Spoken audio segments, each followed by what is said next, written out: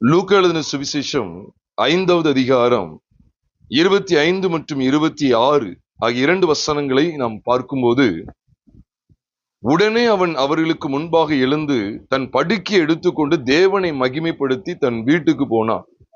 அதனால எல்லாரும் ஆச்சரியப்பட்டு தேவனை மகிமைப்படுத்தினார்கள். அல்லாமலும் அவர்கள் பயம் நிறைந்தவர்களாகி அதிசயமான காரியங்களை இன்று கண்டோம் என்றார்கள் என்று நாம் இங்கே கவனிக்கிறோம். அவர்கள் கண்ட அதிசயமான காரியங்கள் என்ன அப்படிங்கிறத இந்த நாளில நாம் சிந்தித்து பார்க்க இருக்கிறோம். ஜனங்கள் எல்லாரும் கண்ட அதிசயமான காரியங்கள் என்னென்ன அப்படிங்கிறத இந்த நாளில நாம் தியானிப்போமாக. இங்கே திமிர்வாதக்காரன் என்கிற ஒரு மனுஷனை நாம் வேதத்திலே பார்க்கிறோம். அவனை ஒரு சிலர் சேர்ந்து படுக்கையோடு அவனை இயேசுவிடத்துல கொண்டு வந்து சேர்த்தார்கள். நம்ம எல்லாருக்கும் தெரியும், ஜனக்கூட்டம் மிகுதியா இருந்தபடினால அந்த வீட்டுக்குள்ள நுழைய அவர்களுக்கு வகை காணாமல் அவர்கள் கூரையை பிரித்து அந்த வீட்டின் மேல் ஏறி தட்டோடுகள் அப்படின்னு சொல்லி இங்க சொல்லப்பட்டிருக்கு. ஆனா மார்க் 2 அதிகாரத்துல அந்த கூரையை பிரித்து அவருக்கு முன்பாக அந்த திமிர்வாதக்காரனுடைய படுக்கையை அப்படி இறக்கினார்கள் என்று சொல்லி நாம் பார்க்கிறோம். திமிர்வாதக்காரனை அப்படி இறக்குகிறார்கள். அப்பொழுது அவருடைய விசுவாசத்தை கண்டு அவர்களுக்கு அந்த மனிதனை ஆண்டவர் சுகமாக்கினார் என்று நாம் வேதத்துல பார்க்கிறோம். இது எழுத்தின்படியான திமிர்வாதக்காரன். அவன் படுத்த படுக்கையா இருக்கிறான். அவனால் எழுந்திருக்க முடியாது. ஆனால் அவன் கடைசியாக தன் படுக்கை எடுத்துக்கொண்டு வீட்டுக்கு போனான் என்று நாம் வேதத்துல பார்க்கும்போது, இதுல மறைந்திருக்கிற ஆவிக்குரிய சில சத்தியங்களை உங்களோடு கூட நான் சுருக்கமாய் பகிர்ந்து கொள்ள இருக்கிறேன். இந்த மனுஷன் படுத்த படுக்கையா இருக்கிற ஒரு நிலைமையை நாம் பார்க்கும்போது, நாமும் நம்முடைய வாழ்க்கையிலே இவ்விதமாகவே பாவத்தினாலே திமிர்வாதக்காரர்களாய் நாம் வாழ்க்கையிலே கடந்தோம். எழுந்திருக்க கூடாத அளவுக்கு நாமும் தேவனுக்கென்று செயல்படக்கூடாதபடிக்கு நாமும் படுத்த படுக்கையாய் காணப்பட்டிருந்தோம். இங்கே ஆண்டவர் செய்த 2 மகத்துவமான காரியங்கள் என்ன தெரியுமா? 2 காரியங்களை இங்க நம்ம கவனிக்க முடியும். ஒன்று, முதலாவது, ஆண்டவர் அவனுடைய பாவங்களை அனைத்தையும் மன்னிக்கிறார். அதனாலதான் அவர் முதலாவது சொல்லும்போது 20ஆம் வசனத்துல லூக்கா 5:20 சொல்லுகிறது, மனுஷனே உன் பாவங்கள் உனக்கு மன்னிக்கப்பட்டது என்று சொன்னார். 2வதா அந்த மனிதனை பார்த்து சொல்லுகிறார், நீ எழுந்து உன் படுக்கை எடுத்துக்கொண்டு உன் வீட்டுக்கு போ என்று உனக்கு சொல்லுகிறேன் என்பதை 24வது வசனத்துல பார்க்கிறோம். அந்த பிரகாரமாகவே அந்த மனிதனுக்கு சம்பவித்தது. ஆக பிரியமானவர்களே, 2 விசேஷித்த காரியத்தை பார்க்கிறோம். நீங்க எழுத்தின்படி மட்டும் இதை பார்க்க கூடாது. எழுத்தின்படி பார்க்கிறதா இருந்தா ஏதோ திமிர்வாதக்காரன் நம்ம யாருமே இங்க கிடையாது. படுத்த படுக்கை யாரும் இங்க கிடையாது, பெட்ரிடனா. ஆனா இந்த திமிர்வாதக்காரன் சொல்லும் போது உண்மையிலே பாவத்தினாலே அவன் செயல்படக்கூடாத மனுஷனாய் இருந்தான். ஏனென்றால் அவனிடத்திலே பாவங்கள் இருந்தது. பாவத்தின் நிமித்தமாய் அவன் எழும்பி நடக்கக்கூடாத மனுஷனா, தன் வீட்டுக்கு போகக்கூடாத மனுஷனா, அவன் எழும்பி செயல்படக்கூடாத மனுஷனா இருந்தான். இதே போலதான் நம்முடைய வாழ்க்கையிலுமே நாமும் நம்முடைய பாவத்தினாலே எழும்பி பிரகாசிக்க கூடாதவர்களாய் காணப்பட்டிருந்தோம். வேதத்துல வாசிக்கும் போது எபேசியர் 5வது அதிகாரம் 14ஆம் வசனத்திலே, தூங்குகிற நீ விழித்து மரித்தோரை விட்டு எழுந்திரு, அப்பொழுது கிறிஸ்து உன்னை பிரகாசிப்பிப்பார் என்று சொல்லியிருக்கிறார் என்று வேதத்தில் எழுதப்பட்டிருக்கிறது. ஆக நாம் எழுந்து தேவனுக்கென்று பிரகாசிக்க அழைக்கப்பட்டிருக்கிறோம். திமிர்வாதக்காரனுடைய நிலைமையும் அதுதான். பாவத்தினாலே அவன் தன் சொந்த பாவங்களினாலே எழுந்திருக்க கூடாத அளவுக்கு அவன் படுத்த படுக்கையாய் இருக்கிறான் என்பதை நீங்கள் நானும் இங்கே கவனத்தில் கொள்ள வேண்டும். ஆகவேதான் கர்த்தர் என்ன சொன்னார் என்றால், உன் பாவங்கள் உனக்கு மன்னிக்கப்பட்டது என்று சொன்னார். அதை தொடர்ந்துதான் அவனை என்ன செய்கிறார்? அவனை எழுந்து நடக்க பண்ணுகிறார் என்று நாம் பார்க்கிறோம். இது ஆவிக்குரிய வெளிச்சத்துல முதல்ல ஆண்டு நம்ம இடத்துல இடைபடும்போது என்ன செய்யறது தெரியுமா? நம்முடைய பாவங்கள் அனைத்தையும் மன்னிக்கிறார். அதான் கிறிஸ்தவத்தினுடைய ஆரம்ப நிலை. முதல் கண் ஆண்டு என்ன செய்கிறார் என்றால், நம்முடைய ஒட்டுமொத்த பாவங்களை நமக்கு இலவசமாய் மன்னிக்கிறார். நம்முடைய பாவங்கள் அனைத்தையும் மன்னிக்கிறார். இந்த மன்னிப்பு என்பது அவருடைய வார்த்தையில வெளிப்படுகிறது அப்படி நம்ம நினைக்கலாம். மனுஷகுமாரன் இந்த பூமியில மனுஷ சாயல்ல வெளிப்பட்டிருந்ததுனால அவருக்கு பூரண அதிகாரம் இருந்தது. இப்பொழுதும் அதிகாரம் உண்டு. ஆனா இப்போ அவருடைய வார்த்தையினால மன்னிக்கல. அவர் எதை செய்கிறார் என்றால், அவருடைய விலையேறப்பெற்ற இரத்தத்தை சிந்தி அந்த விலையேறப்பெற்ற இரத்தத்தை பற்றுகிற வசனத்தை கொண்டு நம்முடைய பாவங்கள் அனைத்தையும் மன்னிக்கிறார். பிரியமான சகோதர சகோதரிகளே, ஆண்டவராகிய இயேசு கிறிஸ்து நம்முடைய பாவங்களை பரிகரிக்க இந்த பூமிக்கு வந்தார். அதனாலதான் எபிரேயர் 9வது அதிகாரம் 22ஆம் வசனத்துல வாசிக்கிறோம், இரத்தம் சிந்துதல் இல்லாமல் மன்னிப்பு உண்டாகாது அப்படின்னு சொல்லி அங்க எழுதப்பட்டிருக்கு. அதை கூட சில நேரங்கள் நம்ம தப்பா கூட சொல்லியிருப்போம் நினைக்கிறேன். இரத்த சிந்தல் இல்லாமல் பாவ மன்னிப்பு உண்டாகாதுன்னு சொல்லாதீங்க, வசனத்தை வசனமா சொல்லணும். இப்ப நிறைய பேருக்கு பாருங்க, நாம் நிர்மூலமாகாது இருக்கிற கர்த்தருடைய சுத்த கிருபைன்னு சொல்லுவாங்க. சுத்த கிருபைன்னு எங்க எழுதியிருக்கு? நீங்க சுத்த கிருபைன்னு சொல்லிக்கங்க, ஆனா புலம்பல் 3ல சுத்த கிருபைன்னு பைபிள்ல இல்ல. நாம் நிர்மூலமாகாது இருக்கிற கர்த்தருடைய கிருபைன்னு தான் இருக்கு. அதே போலதான் உடனே இந்த வசனத்தை மாத்தி கூட சொல்லுவாங்க. நீ சொல்றது சரிதான், இல்லைன்னு சொல்லல, ஆனா வசனத்தை வசனமா சொல்லணும். இரத்த சிந்தல் இல்லாமல் மன்னிப்பு என்ன செய்யாது, உண்டாகாது அப்படின்னு சொல்லி சொல்லப்பட்டிருக்கு. ஆக இரத்த சிந்தல் இல்லாமல் மன்னிப்பு உண்டாகாது. அப்ப நம்முடைய வாழ்க்கையிலும் பாருங்க, நம்முடைய ஒட்டுமொத்த பாவங்களையும் கர்த்தராகிய இயேசு கிறிஸ்து சிலுவையில் சிந்தின இரத்தத்தின் மூலமாய் நமக்கு மன்னித்து இருக்கிறார். அதுதான் 100% உண்மை. அதுதான் வேதம் என்ன சொல்லுகிறது.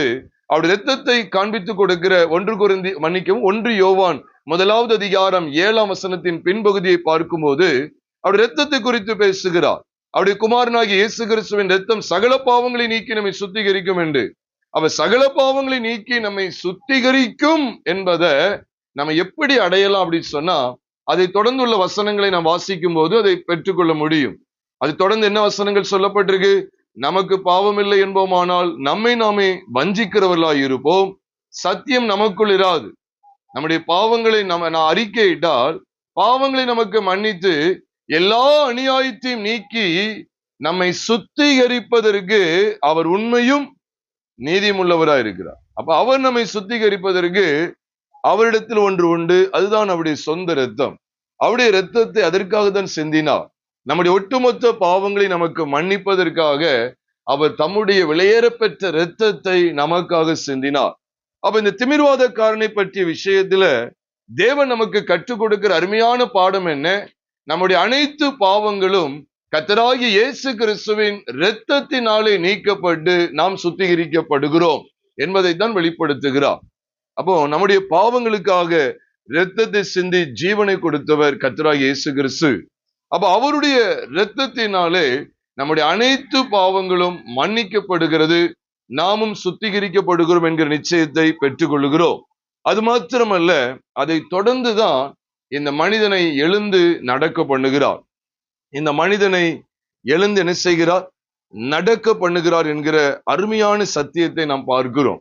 இதே போலதான் பிரியமானவர்களே, நாமும் நம்முடைய பாவங்கள் அனைத்தும் மன்னிக்கப்பட்ட இருதயத்தோடு அந்த நிச்சயத்தோடு நாமும் தேவனுக்கென்று எழுந்து நடக்கக்கூடியவர்களா, தேவனுக்கென்று பிழைத்திருக்கிறவர்களாய் இந்த பூமியிலே ஜீவனம் பண்ணி முடிவிலே நம்முடைய நித்திய வீட்டுக்கு போக அழைக்கப்பட்டிருக்கிறோம். அதனாலதான் இது எழுத்தின்படி சொல்லும் போது இங்க என்ன சொல்லப்பட்டிருக்கிறது என்றால், அவன் தன் வீட்டுக்கு போனான் என்று சொல்லப்பட்டிருக்கு. உடனே இது எழுத்தின்படி அப்படியே வீட்டுக்கு போனா அவன் வீடு எங்க இருந்தது அப்படிங்கிறத, கலிலேயாவுல இருந்ததா அல்லது கப்பர்நகம்ல இருந்ததா அப்படிங்கிறத அப்படியே அறிகிறதுக்கு சொல்லப்படவில்லை. இதனுடைய மேலான அர்த்தத்தை நாம் விளங்கிக் கொள்ளும் போது நாமும் கூட பிரியமானவர்களே, நம்முடைய அனைத்து பாவங்களும் நமக்கு மன்னிக்கப்பட்ட நிச்சயத்தை பெற்றுக் கொண்டவர்களாய் இந்த பூமியிலே தேவனுக்கென்று எழும்பி பிரகாசித்து நம்முடைய நித்திய வீட்டுக்கு நாம் போக அழைக்கப்பட்டிருக்கிறோம். இதுதான் அந்த நித்திய வீட்டை நோக்கி பயணிக்க அழைக்கப்பட்டிருக்கிறோம். வீடு என்று சொல்லும் போது ஒருவேளை இதை 2 விதமான அர்த்தத்தில் எடுக்கலாம். பாவங்கள் அனைத்தும் மன்னிக்கப்பட்டு ரட்சிக்கப்பட்ட அனுபவத்தோடு வீடு என்கிற ஸ்தானத்திலே 1 தீமோத்தேயு 3:15 அடிப்படையிலே கர்த்தருடைய சபைக்கு போகிற அனுபவத்தை இது குறிக்கிறது. 2 கொரிந்தியர் 5வது அதிகாரம் 1 வசனத்தின் அடிப்படையிலே தேவனுடைய வீடு, தேவனால் கட்டப்பட்ட கைவேலை அல்லாத நித்திய வீடு பரலோகத்தில் நமக்கு உண்டென்று அறிந்திருக்கிறோம் என்கிற சத்தியத்தின் அடிப்படையிலே நாம் நித்திய வீட்டை நோக்கி பயணிக்கிறோம் என்கிற சத்தியத்தையும் நாம் மறந்துவிடக் கூடாது. அதுல 2 விதமான வெளிச்சம் உண்டு. ரட்சிக்கப்படுகிறவர்களை கர்த்தர் அனுதினமும் சபையிலே சேர்த்து கொண்டு வந்தார் என்று அப்போஸ்தலர் 2வது அதிகாரம் 47ஆம் வசனத்துல வாசிக்கிறோமே, அந்த சத்தியமும் இதிலே பொருள்படுகிறது. ஆனால் அதையும் தாண்டி நாம் இந்த வெளிச்சத்தையும் கவனிக்க வேண்டும். நம்முடைய அனைத்து பாவங்களும் நமக்கு மன்னிக்கப்பட்டு விட்டது என்கிற நிச்சயத்தை கர்த்தராகிய இயேசு கிறிஸ்து சிலுவையில் சிந்தின இரத்தத்தை பற்றுகிற விசுவாசத்தினாலே நீங்களும் நானும் கண்டடைந்து இந்த பூமியிலே அவருக்கென்று எழுந்து நடக்கக்கூடியவர்களாய், அவருக்கென்று எழுந்து அவருடைய சித்தத்தை இந்த பூமியிலே நிறைவேற்றினவர்களாய் நம்முடைய நித்திய வீட்டுக்கு நாம் போக அழைக்கப்பட்டிருக்கிறோம். ஆக இந்த பூமியிலே நமக்கு கொடுக்கப்பட்ட அருமையான ஸ்லாக்கியத்தை கவனிங்க. இந்த மனுஷனுடைய வாழ்க்கையில நாம் பார்க்கக்கூடிய 4 விசேஷித்த காரியங்கள் என்ன தெரியுமா? ஒன்று, அவனுடைய பாவங்கள் அனைத்தும் மன்னிக்கப்பட்ட நிச்சயம். 2வது, அவன் எழுந்தான். 3வது, அவன் நடந்தான். 4வது, அவன் போனான், வீட்டுக்கு போனான் என்று எழுதப்பட்டிருக்கிறது. ஆக நாமும் கூட தேவனுக்கென்று எழுந்து இந்த பூமியிலே அவருடைய வழிகளிலே நடந்து நித்திய வீட்டுக்கு போக அழைக்கப்பட்டிருக்கிறோம். மன்னிக்கப்பட்டது, எழுந்தான், நடந்தான், வீட்டுக்கு போனான் என்று சொல்லப்படுகிற இந்த 4 அருமையான வார்த்தைகளின் அடிப்படையிலே அதை நம்ம கவனிக்க வேண்டும். மன்னிக்கப்பட்டதுன்னா நல்ல ஞாபகம், மன்னிக்கப்பட்டது, எழுந்தான், நடந்தான், போனான் என்கிற அந்த வெளிச்சத்துல நாமும் இப்படிப்பட்ட ஆவிக்குரிய சத்தியங்களை படிக்கிறோம். பிரியமானவர்களே, கர்த்தருடைய பரிசுத்த நாமம் மகிமைப்படுவதாக. நாமும் இந்த வெளிச்சத்திலே நிலை கொண்டிருக்க அழைக்கப்பட்டிருக்க. இதுதான் ஜனங்கள் கண்ட அதிசயமான காரியங்கள். அதனாலதான் அங்க எழுதப்பட்டிருக்கு, அவர்கள் பயம் நிறைந்தவர்களாகி அதிசயமான காரியங்களை இன்று கண்டோம் என்று அவர்கள் சொன்னார்கள். அதிசயமான காரியங்கள். அது என்ன அதிசயமான காரியங்கள்? உண்மையாவே நம்முடைய பாவங்கள் நமக்கு மன்னிக்கப்பட்டது பார்த்தீங்களா? அதுதான் அதிசயமான காரியங்கள்ல நம்பர் 1. நம்முடைய பாவங்கள் அனைத்தும் மன்னிக்கப்பட்டது. அதிசயமான காரியங்கள்ல நம்பர் 2 என்ன தெரியுமா? நாம் அவருக்கென்று எழுந்தோம். அதான் வேதம் சொல்லுது, அவருக்கென்று எழுந்தோம்.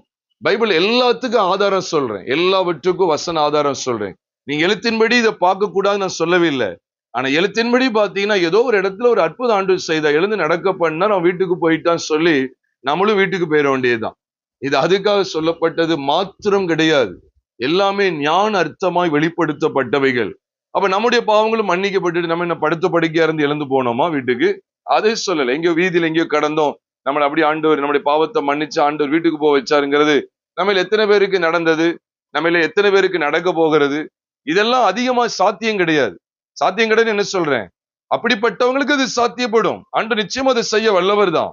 நமக்கு கிடைக்க பெறுகிற ஆவிக்குரிய படிப்பினைகளை இங்கே நாம் கற்றுக்கொள்ள அழைக்கப்பட்டிருக்கிறோம். அந்த ஆவிக்குரிய படிப்பினைகள் என்ன? நாமும் பாவத்திலே கிடந்தோம், பாவத்தினாலே தேவனுக்கென்று எழுந்திருக்க முடியாதவர்களா இருந்தோம், தேவனுடைய சித்தத்தில் நடக்க முடியாதவர்களா, தேவனுடைய வழிகளில் நடக்க முடியாதவர்களா இருந்தோம், நித்திய வீட்டுக்கு அபாத்திரலா இருந்தோம், அங்கே போகக்கூடாதபடிக்கு தடை செய்யப்பட்டிருந்தோம், நித்திய காணியாட்சியாகிய பரலோக ராஜ்யத்துக்கு நீங்களும் நானும் தடை பண்ணப்பட்டவர்களா இருந்தோம். அப்படிப்பட்ட திமிர்வாதக்காரர்களாகிய உங்களையும் என்னையும் கர்த்தராகிய இயேசு கிறிஸ்து கண்டு நம்முடைய பாவங்கள் அனைத்தையும் முதலாவது மன்னித்தா. இதுதான் அதிசயமான காரியங்கள் நம்பர் 1. 2வது, எழுந்து நடக்க பண்றது இருக்கு பாத்தீங்களா? அதுக்கு ஒரு அற்புதமான வசனத்தை உங்களோடு பகிர்ந்து கொள்ளுகிறேன். ரோமருக்கு எழுதப்பட்ட நிருபம் 6வது அதிகாரம் 4வது வசனத்தை நீங்க கவனித்து பார்ப்பீர்கள் என்றால் அங்க என்ன சொல்லப்படுகிறது பாருங்களேன். அதுல உன்னிப்பா கவனிங்க. அதுல அழகா சொல்லப்பட்டிருக்கு, நாம் எழுந்த ஒரு விதத்தை வேதம் சொல்லுகிறது. ரோமர் 6வது அதிகாரம் 4ஆம் வசனத்துல கவனிப்பீர்கள் என்றால், பிதாவின் மகிமையினாலே கிறிஸ்து மரித்தோரிலிருந்து எழுப்பப்பட்டது போல, அப்ப கிறிஸ்து எழுந்தது போல நாமும் புதிதான ஜீவன் உள்ளவர்களாய், சத்தமா சொல்லுங்க, புதிதான ஜீவன் உள்ளவர்களாய். அப்படின்னு என்ன தெரியுமா? புதிதான ஜீவன். பழைய ஜீவன் யாருங்க கேட்டா ஆதாம். பழைய ஜீவன், நம்முடைய பழைய ஜீவன் யாரு? ஆதாம். ஆதாம் என்பவன் ஜென்ம சுபாவத்துக்குரியவன், மாம்சீக மனுஷன், பாவங்களை எல்லாம் பிறப்பிக்கக்கூடிய மனுஷன், மாம்சீக இச்சைகளையும் உலகத்தின் ஆசாபாசங்களையும் வெளிப்படுத்தி கொண்டே ஜீவிக்கிற மனுஷன் தான் பழைய ஜீவனாகிய ஆதாம். ஆனா பைபிள் சொல்லுது புதிதான ஜீவன் உள்ளவர்களாய் நடந்து கொள்ளும்படி. இப்ப நாமும் இப்படிப்பட்ட திமிர்வாதக்காரனாய் இருக்கும்போது எழுந்திருக்க கூடாதவர்களாய், பாவத்தில் பிடிக்கப்பட்டவர்களாய், ஆதாமுக்குள் கிடந்து தேவனுக்கென்று எழும்பி பிரகாசிக்க கூடாதவர்களாய் காணப்பட்டிருந்தோம். நம்மை தேவன் சந்தித்தார், தம்முடைய குமாரன் மூலமாய் சந்தித்தார். அதைத்தான் இங்க வெளிப்படுத்துகிறார். கிறிஸ்து எப்படி எழுப்பப்பட்டார், அதே போல நாமும் புதிதான ஜீவன் உள்ளவர்களாய் நடந்து கொள்ளும்படிக்கு அவருடைய மரணத்திற்குள்ளாக்கும் ஞானஸ்நானத்தினாலே கிறிஸ்துடனே கூட என்ன செய்யப்பட்டோம்? அடக்கம் பண்ணப்பட்டோம். உடனே அடக்கம் பண்ணப்பட்டோம்னா அப்படி படுத்துட்டோம்னு நினைச்சிடாதீங்க. இது அதுக்காக சொல்லப்படல. கிறிஸ்து மரித்தோரிலிருந்து எழுப்பப்பட்டது போல நாமும் அவரோடு அடக்கம் பண்ணப்பட்டு எழுந்து விட்டோம் என்கிற சத்தியத்தை காண்பிக்கிறார். அப்ப எதுக்கு எழுந்திட்டோம்?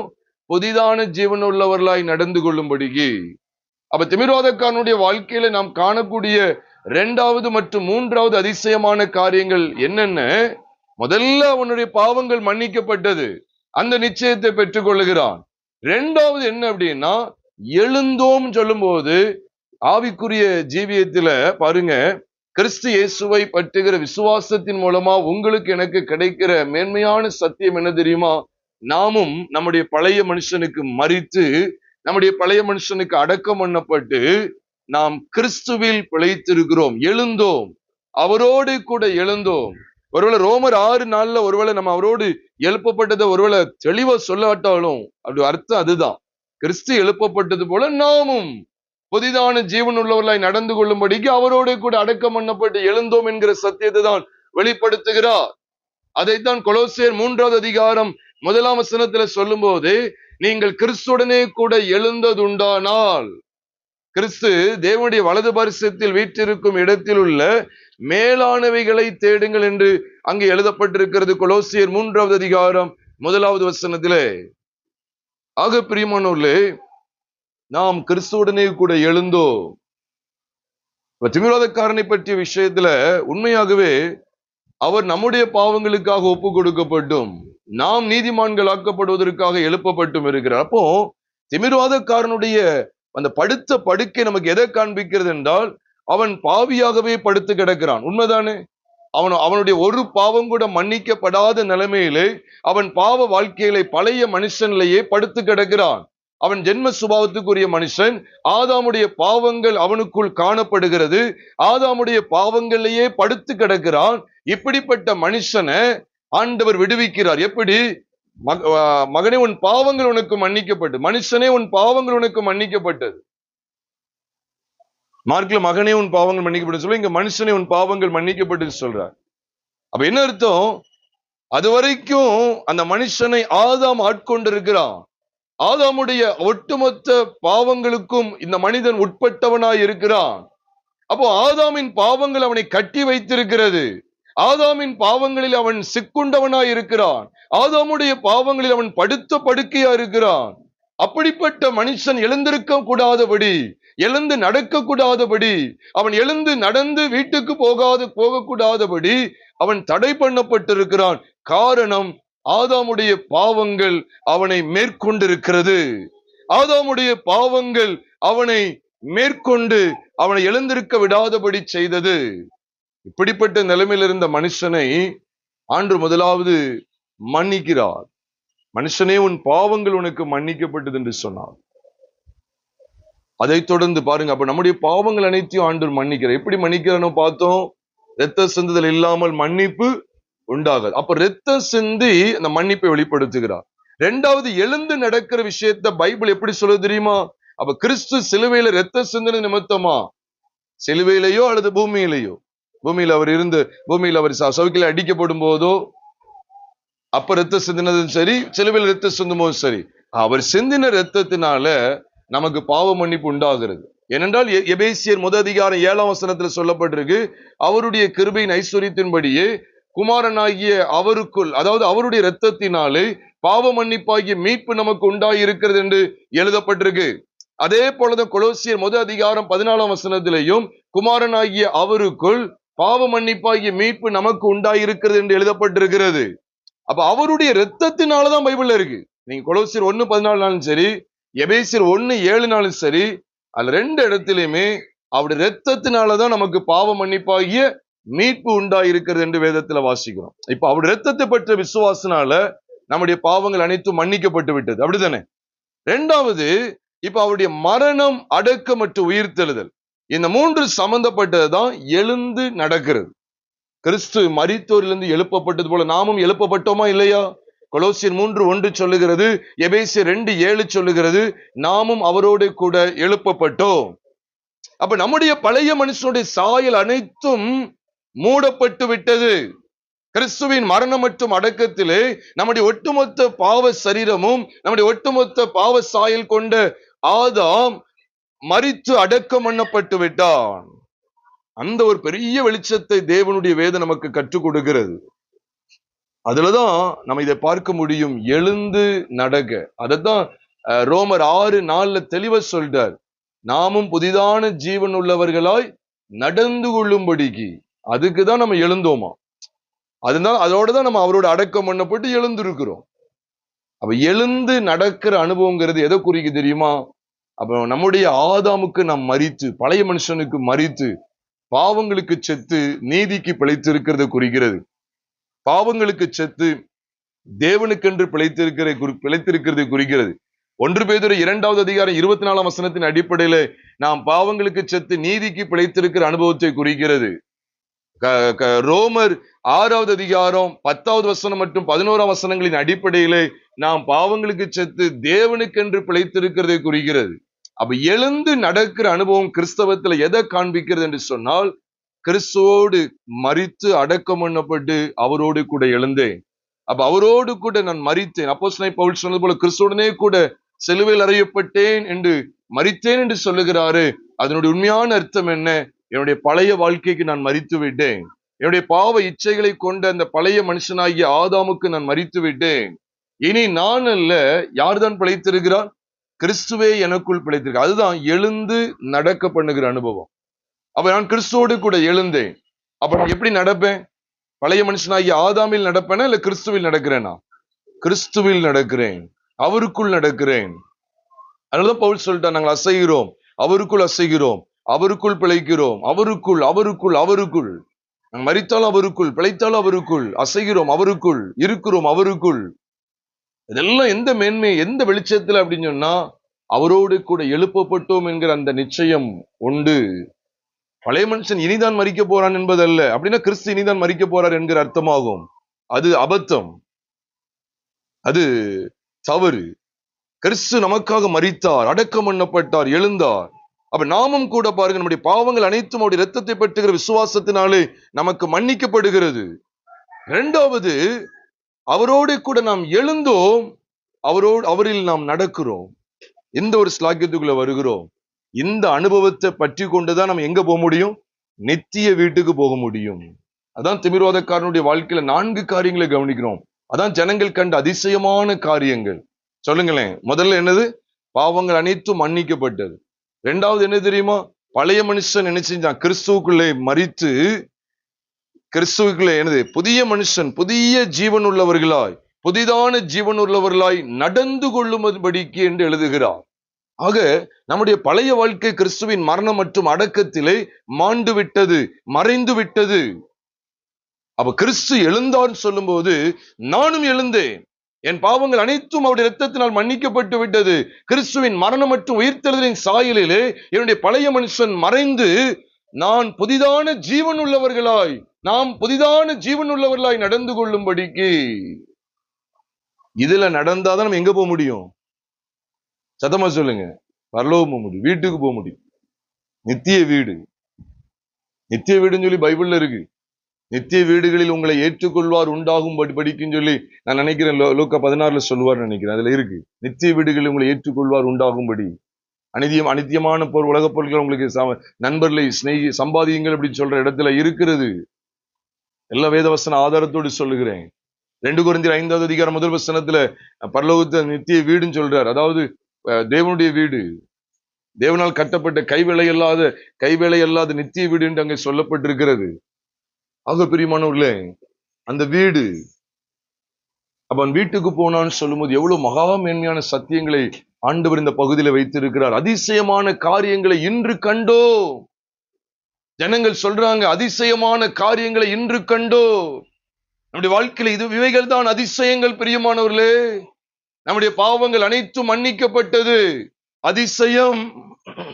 நம்முடைய பழைய மனுஷன் கிறிஸ்துவோடு மரித்து விட்டான், அதிசயம். இனி பிழைத்திருக்கிறது நான் அல்ல, கிறிஸ்துவே எனக்குள் பிழைத்திருக்கிறார். கிறிஸ்துவில் நான் நடக்கிறேன், அதிசயம்.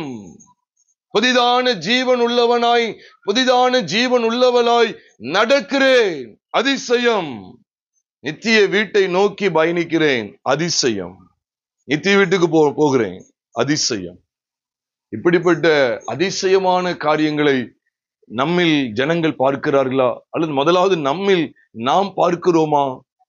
இதுதான் அதிசயமான காரியங்கள். இந்த காலை வேளையிலே நாம் சிந்திக்கிற இந்த சத்தியங்களுக்கு நம்மை அர்ப்பணிக்க அழைக்கப்பட்டிருக்கிறோம் பிரியமானவர்களே. இன்னைக்கு அதிசயம் அதிசயம் என்று சொல்லி நீ சரீரத்துல கிடைக்கிற சரீர சுகத்தை அதிசயம் என்று சொல்லியும், வேலை இல்லாதவர்களுக்கு நல்ல சிறப்பான வேலை கிடைத்து விட்டது, லோன் அடைக்க முடியாதவர்களுக்கு இப்ப லோன் அடைக்கக்கூடிய பாக்கியம் கிடைத்து விட்டது, அதெல்லாம் அதிசயம் என்று சொல்லுகிறார்கள். இடம் வாங்க முடியாதவர்களுக்கு இடம் வாங்கினார்கள், நகை சேர்க்க முடியாத நகை சேர்த்தார்கள், திருமணமாகாதவர்களுக்கு திருமணமானது, வாங்கி போட்ட இடத்திலே பல நாட்கள் வீடு கட்ட முடியாமல் இருந்தது, இப்பொழுது வீடு கட்டி விட்டேன், இவையெல்லாம் அதிசயம் என்று சொல்லி தவறான இடத்திலே குருட்டாட்டமான கிறிஸ்தவர்கள் வாழ்ந்து கொண்டிருக்கிறார்கள். நீங்கள் நான் இந்த சத்தியத்தின் மூலம் தெளிவடைய வேண்டும் பிரியமானவர்களே. அப்ப திமிர்வாதக்காரனையும் கொண்டு ஆண்டவர் நமக்கு கற்றுக் கொடுக்கிற அருமையான படிப்பினைகள் என்னென்ன? ஆண்டவர் கிருபையாய் அவருடைய இரத்தத்தினாலே நம்முடைய பாவங்களை மன்னித்தார். அது மாத்திரமல்ல, பாவங்கள் மன்னிக்கப்பட்ட மனுஷன் அடுத்த கட்ட நிலவரத்தை எதை உணர்றான் தெரியுமா? எழுந்துன்னு சொல்றார், எழுந்து என்று சொல்லுகிறார். அதே போலதான் அவருடைய இரத்தத்தினால் நம்முடைய பாவங்களை நமக்கு மன்னித்து 2வது ஆண்டு என்ன சொல்லுவார் தெரியுமா? எலும்பு அப்படின்னு சொல்லுவார். நீ ஆதாமோடு இருந்த வாழ்க்கை உனக்கு முடிந்து விட்டது, ஆதாம் மடிந்து விட்டான், ஆதாமுடைய காரிய படுக்கை எல்லாம் முடிந்து விட்டது, நீ எழுந்து அப்படின்னு சொல்லி சொல்றார். உங்களுக்கு சில சந்தேகம் இருக்கும், எழுந்து உன் படுக்கை எடுத்துக்கொண்டு நடந்தன்னு சொன்னாரு அப்படின்னு ஒரு சந்தேகம் இருக்கும். ஏன் இந்த படுக்கை எடுத்துக்கிட்டே போக சொல்றது தெரியுமா? இது உண்மைதான்.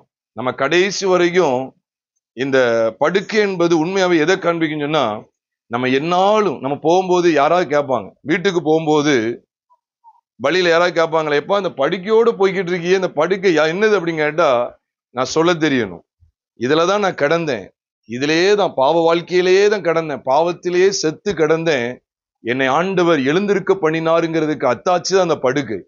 அப்ப இது எதை காண்பிக்க அப்படின்னு சொன்னா, நம்முடைய வாழ்க்கையில சாட்சி அனுதினமும் யாரெல்லாம் கேட்காங்களோ அவங்களுக்கு சொல்லணும் நம்ம, ஆமா நான் பாவத்துல கிடந்தேன், அதுதான் அந்த படுக்கையை சொல்ல வேண்டியது. படுக்கையை காமிக்கணும் உடனே நம்மளும் ஒரு கட்டில தூக்கிட்டே நடக்கணும்னு சொல்லி சொல்ல வரல ஆண்டவர், அது ஒரு பாயை தூக்கிட்டே நடக்கணும்னு சொல்லி சொல்ல வரல. ஆண்டவர் என்ன வெளிச்சத்தை வைக்கிறான்னு சொன்னா, நாமும் நித்திய வீட்டை நோக்கி பயணிக்கிற இந்த பயணமாகி இந்த உலக வாழ்க்கையிலே நாம் எதை பற்றிய சாட்சி உடையவர்களா, எதை பற்றிய சாட்சியை பகரக்கூடியவர்களா இருக்க வேண்டும் என்று சொன்னால், இதை எதை காண்பிக்கிறது என்று சொன்னால், ஆமா நான் பாவியா இருந்தேன், அதுதான் அந்த படுக்கை. ஆண்டவர் என்னை எழுந்திருக்க பண்ணினார், இப்படிப்பட்ட பாவ மனுஷனா வாழ்ந்து வந்தேன், ஆண்டவர் என்னை எழுந்திருக்க பண்ணினார், நான் நித்திய வீட்டை நோக்கி பயணிக்கிறேன்னு சொல்லி இவ்விதமான ஒரு வெளிச்சத்துக்கு அது அடையாளமா இருக்கிறது பிரியமானவர்களே. ஆண்டவருடைய பரிசுத்த நாமம் மகிமைப்படுவதாக. இது அது மாத்திரம் இல்லை, இது இன்னொரு வெளிச்சத்திலே சொல்லும் போது, அந்த படுக்கை என்று சொல்லும் போது அவன் உண்மையிலேயே மாம்சீகமான மனுஷன் தான், நம்மளும் மாம்சீகமான மனுஷன் தான். கடைசி வரைக்கும் நித்திய வீட்டுக்கு போகிற வரைக்கும் இந்த மாம்சத்துலதான் பயணிக்க போறோம். உண்மையா இல்லையா? இந்த சரீர மீட்பு அடைகிறது அவருடைய வருகையில தான் சரீர மீட்பு அடையும். அது வரைக்கும் இந்த பாவ சரீரத்தோட தான் என்ன செய்ய போறோம்? பயணிக்க போறோம். ஆனா பாவம் இல்லாமல் பயணிக்க போகிறோம். படுத்துக்கிட்டே இருந்த படுக்கையில படுத்துக்கிட்டே இருந்த மனுஷன் இப்ப படுத்துக்கிட்டு இல்ல, எடுத்துக்கிட்டு போய்கிட்டு இருக்கான். படுத்துக்கிட்டு இருக்குல்ல, எடுத்துக்கிட்டு போய்கிட்டு இருக்கான். இப்ப நாமும் கூட இதிலேயே தான் கடந்தோம், பாவ சரீரத்திலேயே தான் அடங்கி கடந்தோம், பாவ சரீரத்துக்கே உட்பட்டு கடந்தோம். இந்த பாவ சரீரத்தோட தான் இப்ப இனி என்ன செய்ய போறோம்? கிறிஸ்துவிலே அப்படிதான் பயணிக்க போறோம்.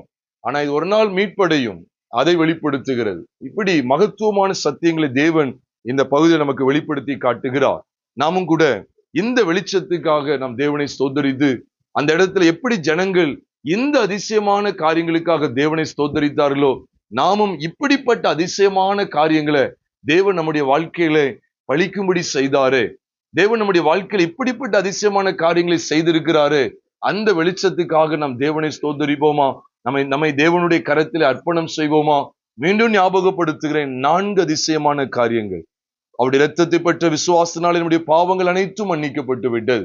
பாவ மன்னிப்பாகிய மீட்பு என்கிற நிச்சயத்தை நமக்கு தேவன் தந்திருக்கிறார்.